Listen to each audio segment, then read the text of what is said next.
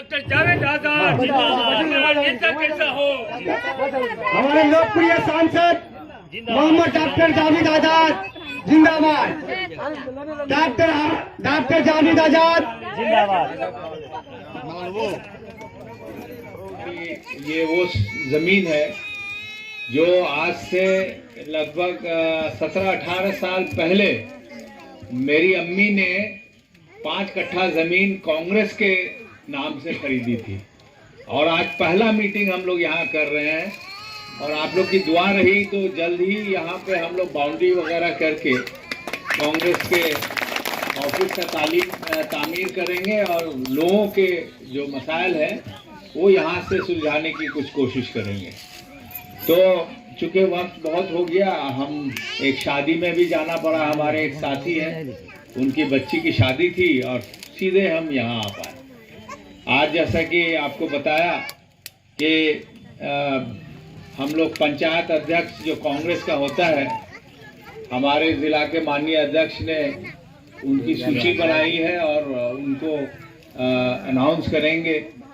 तो मैं पहले ही उन सबों को अपने तरफ से बधाई देना चाहता हूं और मैं उम्मीद करता हूं कि जिस तरह राहुल गांधी जी पूरे मुल्क में मेहनत कर रहे हैं, हमारे माननीय राष्ट्रीय अध्यक्ष खड़गे जी जितनी मेहनत कर रहे हैं, उतनी मेहनत हमारे कांग्रेसी जन भी गांव-गांव में और पंचायत में और ब्लॉक में और ज़िले में काम करेंगे, ताकि जो सुनहरा दौर था, जो पिछले 9 साल से अब हम लोग को एहसास होने लगा है कि कितनी बड़ी गलती हिंदुस्तान के लोगों ने की और उससे छुटकारा पाने की कोशिश हो रही है। तो इस मौके पे मैंने ये भी जायज़ समझा कि आपको बताऊं, हालांकि मैंने एक वीडियो अपील भी किया था कि 9 दिसंबर आखिरी तारीख है जहां पे हमारा वोटर आईडी सुधार होगा। तो आप सभी से अपील करना चाहता हूँ, बीएलओ घूम रहे हैं और आजकल तो सभी के पास मोबाइल है, अपने मोबाइल से भी आप अपना सुधार कर सकते हैं। अगर आपका नाम नहीं है तो उसमें जोड़ सकते हैं और अपने गांव में अगर किसी का इंतकाल हो गया और वोटर लिस्ट में उनका नाम है तो उसको भी हटवाना ज़रूरी है हमारे लिए। और दूसरा, अपने इलाके में अगर ऐसे किसी का नाम आ गया हो जो उस गांव का नहीं है तो उसकी भी जानकारी देके उनका नाम हटवाना। तो ये मौका अच्छा है हम लोग को, जिनका भी नाम अगर छूट गया है, अगर स्पेलिंग में गड़बड़ी हो गई हो, अगर उनके वालिद का नाम या शोहर का नाम में स्पेलिंग में गड़बड़ी हो गई हो या उम्र में गड़बड़ी हो गई हो, तो यही एक वक्त है, इसको सुधार करना बहुत ज़रूरी है। आप समझते हैं मैं बार बार क्यों कह रहा हूं कि ये बहुत ज़रूरी है, क्योंकि आप जानते हैं 3 साल कबल क्या पूरे हिंदुस्तान में लोग सड़कों पे आए थे और अगर खुदा ना करे किसी का नाम छूट जाता है, चाहे वो किसी भी समाज का हो, उसके लिए परेशानी बढ़ जाएगी। तो ये सिर्फ वोट देने के लिए मैं नहीं कह रहा, वो तो जिसका होगा वो जिधर वोट देगा वो तो उसको पता होगा, लेकिन वोटर आईडी कार्ड बनना बहुत ज़रूरी है।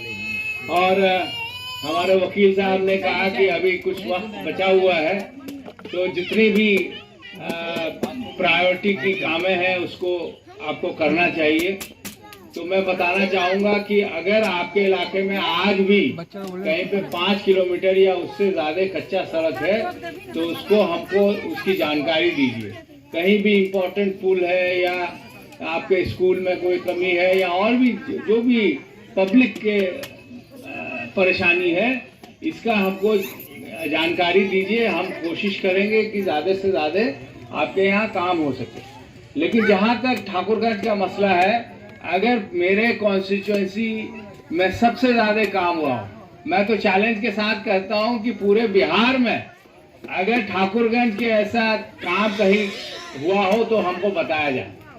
पिछले 4 सालों में जितना काम ठाकुरगंज में हुआ, चाहे वो PMJSY का काम हो, चाहे वो बॉर्डर फंड का काम हो, अभी भी आपके बगल में स्टेडियम बन रहा है, आपके सामने एक एक्सप्रेसवे बन रहा है जो गडकरी साहब से हमने मांग के ली, बचपन में हम लोग सुनते थे कि गलगलिया से लेके अररिया का रोड ट्रेन चालू होगा। आपके नज़र के सामने ट्रेन की लाइन बिछ रही है और इंशाल्लाह साल भर में कभी भी उसमें ट्रेन चलना शुरू हो जाएगा। आपके ठाकुरगंज स्टेशन में करीब 28 या 29 करोड़ के लागत से उसको डेवलप किया जाएगा। गलगलिया के बारे में हमने कई मर्तबा चिट्ठी लिखी कि उसको भी डेवलप करने की ज़रूरत है। कई ट्रेन हमने यहाँ रुकवाई और हमारी कोशिश है कि और भी रुके। तो ठाकुरगंज अब वो ठाकुरगंज नहीं रहा। और आप लोग भी हमने देखा कहीं अस्पताल खुल रहा है, कहीं रेस्टोरेंट खुल रहा है, कहीं फैक्ट्रीज खुल रही हैं, कहीं स्कूल खुल रहे हैं, कॉलेज भी खुलेंगे। तो ये सब तरक्की हो रहा है हमारे इलाके में। हमारा मेन मकसद है कि हमारे जो बच्चे हैं उनको घर में रह के अच्छी तालीम हासिल हो सके। हमारे यहाँ आने जाने में जो तकलीफ होती है वो कम से कम हो।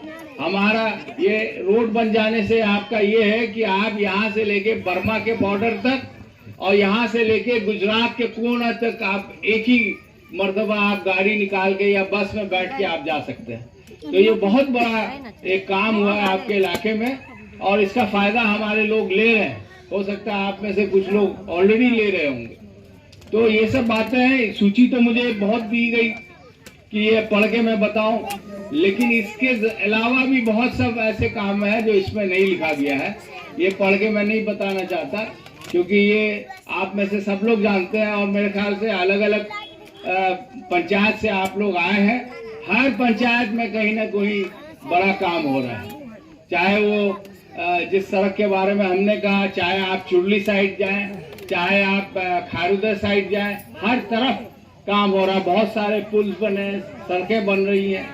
अब हमारा फोकस रहेगा कि हमारे यहाँ तालीम के बारे में कुछ और हो सके, क्योंकि तालीम में अभी भी हम लोग बाकी कई जिलों से पीछे। हालांकि सुधार हुआ है, लेकिन अभी भी जो हमारी मंशा है कि हमारे बच्चों को तालीम में इजाफा हो, वो अभी तक नहीं हो पाया हमारे मनपसंद अगर देखें तो। लेकिन हमारी कोशिश जारी रहेगी। एएमयू के बारे में हमारे नीरज जी ने बताया, आपने भी देखा होगा। कोई ऐसा पार्लियामेंट का दिन नहीं रहा जब हमने अपनी तरफ से मांग नहीं की। पार्लियामेंट में कई मर्तबा उस मसले पे हमने बात की, मिनिस्टर से कई मर्तबा मुलाकात की, चिट्ठियां लिखी, लेकिन अभी तक जो हम लोग को मदद होनी चाहिए वो नहीं हो पा रही है। और वो साफ है क्योंकि उनका जो हमारे आदरणीय प्रधानमंत्री का जो फोकस है वो गरीब इलाके के लिए नहीं है। वो चाहते हैं कि उनके चंद पूंजीपति लोग अमीर हो जाएं, अमीर से ज्यादा अमीर हो जाएं, और गरीब जो है हम लोग मोहताज हो गए 5 किलो चावल के लिए।